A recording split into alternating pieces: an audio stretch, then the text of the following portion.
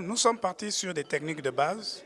Ces techniques de base vont nous permettre d'évaluer nos athlètes, vu qu'ils sont restés 2 ans, 2 années consécutives sans compétition à cause évidemment de la pandémie que tout le monde connaît, cette crise sanitaire qui dévaste le monde entier. Donc, au cours de cette compétition, nous voulons déceler toutes les lacunes que nos apprenants ont cumulées durant ces 2 années d'absence. Voilà pourquoi nous nous sommes appesantis sur les techniques de base, parce que c'est à travers la base que l'on évolue, que l'on va au niveau plus élevé.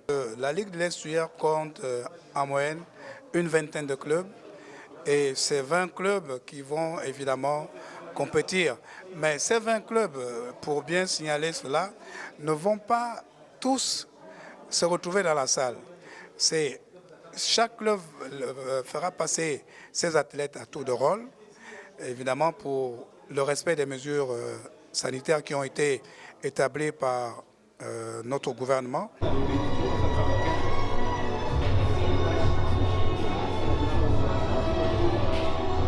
Ils ne sont pas habitués, c'est plus que c'est une première fois. Nous allons tirer des leçons, voilà. Nous allons voir ce que ça va donner lorsque les autres vont voir qu'ils sont en train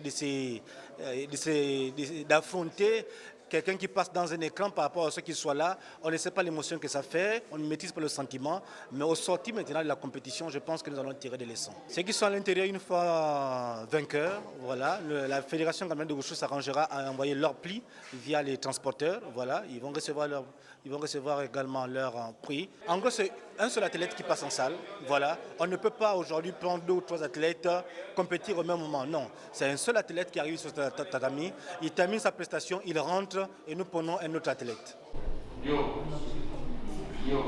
Beaucoup d'énergie et de concentration.